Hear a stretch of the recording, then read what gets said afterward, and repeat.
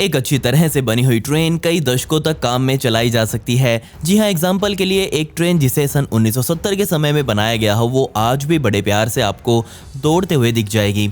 लेकिन जब इनका फाइनल अंत आता है तब इन्हें किसी कबाड़ घर में कुछ इस तरह से काट दिया जाता है। लेकिन बदकिस्मती से हर ट्रेन की किस्मत ऐसी नहीं होती कि उसे कबाड़ घर में रखा जा सके, कई लावारिस भी छूट जाती हैं। लेकिन आप प्लीज़ इस वीडियो को लावारिस ना छोड़े और एक लाइक अपना इसे दे दें, साथ ही कमेंट्स में पिक में लिख दें ताकि कल की वीडियो में मैं आप में से ही किसी एक को शाउट आउट दे दूं।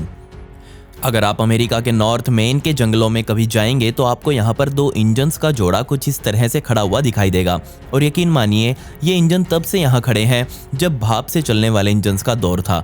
इन इंजन्स तक आज पहुँचना बहुत ही मुश्किल काम है, लेकिन अगर आप मेहनत करके यहाँ पहुँच जाते हैं तो यकीन मानिए आपकी मेहनत सफल होगी। ये दोनों लोकोमोटिव्स किसी समय पर ईगल लेक और वेस्ट ब्रांच रेल रोड से संबंध रखते थे। जी हाँ, इस एरिया में सन 1927 से 1933 के बीच ट्रेन्स को चलाया जाता था और मुख्य रूप से इन ट्रेन्स में काटी गई लकड़ियों को लाद कर ले जाया जाता था।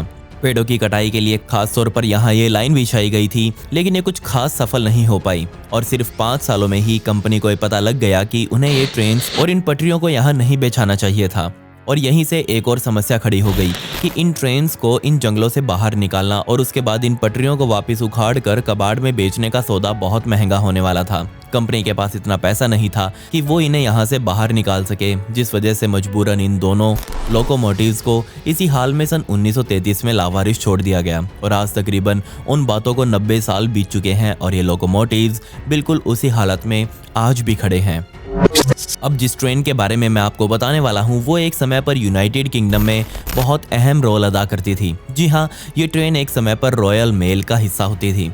ना जाने इस ट्रेन ने कितने ही लाखों करोड़ों लोगों के करोड़ों अरबों पत्रों या फिर पार्सल्स को डिलीवर किया था, लेकिन आज ये ट्रेन बिल्कुल लावारिस खड़ी है। नॉर्थ यॉर्कशायर के खेतों में कुछ इस हालत में खड़ी इस ट्रेन का असली रंग कुछ और ही था, लेकिन ग्राफिटी आर्टिस्ट लोगों ने कई दशकों तक अपनी कलाकारी इस पर दिखाई और इसका ये हाल कर दिया। आप शायद विश्वास न करें, पर यह ट्रेन बिल्कुल इसी हालातों में पिछले 20 साल से यहाँ खड़ी हुई है। इसके एक भी कोच को आज तक अलग नहीं किया गया। ऐसी हालत में पड़े रहने की वजह से इस ट्रेन के कई दरवाजे तो आज बिल्कुल जाम हो चुके हैं, जबकि कुछ खुले के खुले पड़े हैं जिनके अंदर से लोग घुस जाते हैं और अंदर छेड़छाड़ करते हैं। बदकिस्मती से घूमने आए लोगों ने इस ट्रेन के अंदर मौजूद अहम उपकरणों को यहाँ से चुरा लिया है। जब और कुछ नहीं मिला तो लोग इस ट्रेन की सीटों को ही उखाड़ कर अपने साथ ले गए। हैरानी वाली बात तो ये है कि ये ट्रेन आज भी अपनी पटरियों पर ही खड़ी है, जिसका मतलब ये है कि ना सिर्फ इस ट्रेन को बल्कि इस पूरी रेल लाइन को ही लावारिस छोड़ दिया गया है। ये एक क्लास 44 की ट्रेन थी, लेकिन आज तक कोई ये नहीं बता पाया कि ये ट्रेन किन कारणों की वजह से इस तरह लावारिस छूट गई। काश पता लग जाए। एक समय था जब बोलीविया ने इंग्लैंड से भर भर कर स्टीम इंजन्स को खरीदा था। वो 20वीं शताब्दी का शुरुआती समय था जब ये सभी ट्रेन्स बोलीविया पहुंची। बोलीविया की सरकार का तब मानना था कि वो इन सभी ट्रेनों को मिलाकर एक नया ट्रेन नेटवर्क शुरू करेंगे, लेकिन अंत में इन सभी ट्रेनों का ये हाल हुआ कि आज ये जगह ना सिर्फ बोलीविया की बल्कि पूरी दुनिया की सबसे बड़ी ट्रेनों की कब्रिस्तान है। अगर आपको एक कब्रिस्तान देखना है तो बोलीविया के उयूनी के पास बने प्लेन्स की तरफ जाना होगा। इस जगह को वहाँ सिमेटेरियो डे ट्रेन्स के नाम से जाना जाता है, जिसका मतलब ट्रेन्स का कब्रिस्तान ही है। एक समय पर उयूनी पूरे बोलीविया का सबसे बड़ा ट्रेन्स का जंक्शन हुआ करता था और इन ट्रेन्स को खरीदे जाने के बाद यहाँ और ज़्यादा लाइन्स बिछाई जानी थी। सैकड़ों की संख्या में उस समय ट्रेन्स खरीदी गई। ये ट्रेन्स तो पहुंच गई, लेकिन दिक्कतें तब शुरू हुई जब बोलीविया की सरकार की उन कॉन्ट्रैक्टर्स के साथ नहीं बन पाई जिन्हें ये पूरा नेटवर्क बनाने का टेंडर दिया गया था। बदकिस्मती से एक भी नई रेल लाइन नहीं बिछाई गई और पूरा का पूरा प्लान ही यहाँ लावारिस छूट गया। और इस प्लान में ये अरबों रुपए की ट्रेन्स भी शामिल थी। यकीन मानिए इन ट्रेन्स ने अपनी ज़िंदगी में कभी सवारियों को या फिर माल को ढोकर नहीं देखा। इन्हें भगवान ने बनाया ही लावारिस छोड़ने के लिए था। कई दशकों बाद इनमें से कुछ ट्रेन्स को तो सरकार द्वारा कबाड़ में काट दिया गया, लेकिन आज भी यहाँ 100 से ज़्यादा ट्रेन्स रेगिस्तान में कुछ इस हालत में खड़ी हैं और प्रकृति इस पर अपना काम बखूबी दिखाती जा रही है।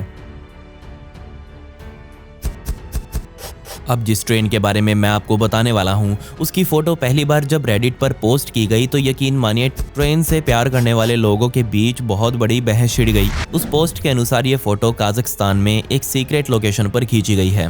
उसके कई कमेंट्स में लोगों ने ये लिखा कि ये ट्रेन जरूर अमेरिकन लोकोमोटिव कंपनी RSD-15 द्वारा बनाई गई है।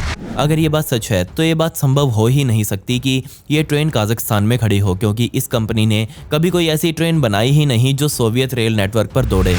ये फोटो अपलोड करने वाला भी यही बोल रहा है कि ये ट्रेन काजाख्स्तान में खड़ी है। इसके अलावा भी इस ट्रेन से जुड़ी कई अफवाहें लोगों के बीच फैल रही हैं, और वो ये कि इस ट्रेन में अभी भी पूरी जान बची हुई है। इस ट्रेन की लाइट्स भी कहीं कहीं से ऑन दिखाई दे रही हैं, जो इस बात की तरफ इशारा करती हैं कि ये ट्रेन लावारिस नहीं छूटी है। इस बात का रिप्लाई करते हुए फोटो पोस्ट करने वाले ने कहा कि जो लाइट्स जलती हुई दिखाई दे रही हैं वो धूप से उठने वाला चौंधा है। मुझे तो समझ नहीं आ रहा कि ये ट्रेन सच में लावारिस है या नहीं। किसी एंगल से देखे तो लावारिस लगती है और कुछ फोटोज में ऐसा लगता है जैसे ये ट्रेन चालू ही खड़ी है। इस ट्रेन के आगे इसके रजिस्ट्रेशन नंबर्स लिखे हुए हैं, और जब इन नंबर्स के सहारे इसे ट्रेस करने की कोशिश की गई तो ये सामने आया कि ये ट्रेन तो अभी ओहायो के नागली मिल रॉक रोड पर खड़ी हुई है। मैं आपको बता दूं कि ये एक अमेरिकन ट्रैक का नाम है और इसे ही अमेरिका के सबसे पुराने रेलवे ट्रैक होने का खिताब भी मिला हुआ है। इस ट्रेन की कहानी अभी अधूरी है। अगर मुझे कुछ पता चला तो मैं मेरे इंस्टाग्राम पर जरूर आपको बता दूंगा। लिंक डिस्क्रिप्शन में है, वहाँ फॉलो जरूर कर लें। अब जिस ट्रेन के बारे में मैं बात करूंगा उसकी कहानी के बारे में मुझे सब कुछ पता है। ये कहाँ पर है, क्यों है, कब से है, सब कुछ। पहली बात, अगर आपको ये जंग से भरी हुई ट्रेन असलियत में देखनी है तो अमेरिका के न्यूयॉर्क में बसी शार्लोट वैली की तरफ आपको जाना होगा। इस ट्रेन का नाम GG1 है, जिसे जनरल इलेक्ट्रिक्स द्वारा पेंसिल्वेनिया रेल रोड्स के लिए तैयार किया गया था, और जब इस ट्रेन की ज़रूरत पूरी हो गई तो इसे कूपर्सटाउन एंड शार्लोट वैली द्वारा खरीद लिया गया, और यहीं पर कुछ समय तक काम करने के बाद इस ट्रेन ने अपनी रिटायरमेंट ले ली। अब नियमों के हिसाब से तो इस ट्रेन को कबाड़ में काटा जाना था, लेकिन इसे फिर से इस्तेमाल नहीं किया गया। इसे पहले 8 सालों के लिए तो एक अलग जगह पर खड़ा किया गया, जिसके बाद इसकी जगह बदलकर इसे फिर से शार्लोट वैली ले जाया गया। हाल ही में ये खबर आई कि स्टॉकिंग रेलवे हिस्टोरिकल सोसाइटी द्वारा इस ट्रेन की ओनरशिप ले ली गई है। उन्होंने सोचकर इस ट्रेन को खरीदा था कि वो इसे रिपेयर करवाकर इसे फिर से काम में लेंगे, लेकिन आज इसे यहाँ इस हाल में खड़े कई दशक बीत चुके हैं, लेकिन इसे किसी द्वारा टच तक नहीं किया गया। क्या आपको पता है कि ग्रीस का दूसरा सबसे बड़ा शहर थेसालोनिकी है? इस शहर को मुख्य रूप से इसके बहुत प्यारे म्यूजियम्स और बीचेस के लिए जाना जाता है, लेकिन इस शहर की एक काली सच्चाई ये है कि यहाँ आपको एक बहुत बड़ा ट्रेनों का कब्रिस्तान भी देखने को मिल जाएगा। क्या आप इस बात पर विश्वास करेंगे कि आज भी यहाँ पर हजारों की संख्या में ट्रेन्स के बहुत बड़े बड़े कोचेज़ कुछ इस हालत में लावारिस पड़े हैं। इनमें से कुछ कोचेज़ को तो यहाँ खड़े सैकड़ों साल बीत चुके हैं, और मेरे ख्याल से इसी हालत में आने वाले कुछ और दशक भी ऐसे ही खड़े खड़े बीत जाएंगे। आम भाषा में कहूँ तो ये सिर्फ एक डंपिंग ग्राउंड बन चुका है ग्रीस की हेलेनिक रेलवेज के लिए, और ये लोग जब मन करे तभी अपनी वेस्ट ट्रेन्स को यहाँ गिरा कर चले जाते हैं। जब सरकार से इसके बारे में पूछा गया तो उन्होंने कहा कि यहाँ पर इन ट्रेन्स को सिर्फ इसलिए रखा गया है ताकि इन्हें बाद में काटा जा सके, जबकि इन्हें यहाँ पड़े कई दशक बीत चुके हैं, अभी तक तो इन्हें यहाँ से हटाया नहीं गया। बेशक सरकार तो इसे कबाड़ में ना बेच रही हो, लेकिन गैरकानूनी रूप से लोग इन ट्रेन से सामान निकाल कर कबाड़ में ज़रूर बेच रहे हैं। इन ट्रेन्स की आज भी बहुत अच्छी कीमत मार्केट में मिल सकती है, लेकिन पता नहीं क्यों पर अभी तक वहाँ की सरकार इस पर ध्यान नहीं दे रही। मुझे लगता है कि इन ट्रेन्स के ऊपर अभी कोई ज़रूर सोच विचार किया जा रहा है, जिसे पूरा होने में अभी कई दशकों का समय और लगेगा। बेशक इनसे एक बहुत बड़ा ट्रांसपोर्ट म्यूजियम बनाया जा सकता है। ये चीज़ें देखना हर किसी को पसंद है, तो इसका फ़ायदा क्यों नहीं उठाया जा रहा वहाँ की सरकार द्वारा। अब चलते हैं हंगरी देश की ओर, और यहाँ की सरकार अपने देश में बने ट्रेनों के कब्रिस्तान का बहुत अच्छे से ध्यान रखती है। जी हाँ, हंगरी की राजधानी बुडापेस्ट में बने इस ट्रेन के कब्रिस्तान में हर कोई नहीं जा सकता, बल्कि यहाँ जाने से पहले लोगों को सरकार से परमिशन लेनी पड़ती है। इस जगह को हंगरी में रेड स्टार ग्रेवयार्ड के नाम से भी जाना जाता है, और रेड स्टार इसलिए क्योंकि यहाँ खड़ी कई ट्रेन उस जमाने की हैं जब इस देश में कम्युनिस्ट पार्टी का राज चलता था। 20वीं सदी की शुरुआत होते ही यहाँ तब की सरकार द्वारा एक ट्रेनों का सर्विस सेंटर खोला गया था, और इसमें तब ना जाने कितनी ही ट्रेनों को ठीक भी किया गया। यहाँ कई ऐसी ट्रेनें भी खड़ी हैं जिन्हें नाजी लोगों द्वारा इस्तेमाल किया जाता था। वो लोग इन ट्रेनों में जूइश कैदियों को भरकर डेथ कैंप्स तक लेकर जाते थे। लेकिन तब युद्ध का अंत आया और इन सभी साजो सामान पर सोवियत द्वारा कब्जा कर लिया गया। उन्होंने ऐसा क्यों किया ये तो आज तक पता नहीं चल पाया, लेकिन आज हंगरी की सरकार इसके पास किसी को नहीं जाने देती। इसका कारण मुझे पता है, और वो ये कि इनमें से ज्यादातर ट्रेन सोवियत ओरिजिन्स की हैं और इन सभी पर आज भी वो रेड स्टार लगा हुआ है। और अगर अब आम लोग इन ट्रेन्स को जाकर देखेंगे तो उन्हें हंगरी का वो पास्ट याद आ जाएगा जो हंगरी भुलाना चाहता है। मैं भी इसके बारे में यहाँ कुछ नहीं बता पाऊंगा। अगर आपको उसके बारे में कुछ जानना है तो मैंने मेरे इंस्टाग्राम पर स्टोरी लगा दी है, वहाँ जाकर आप देख सकते हैं।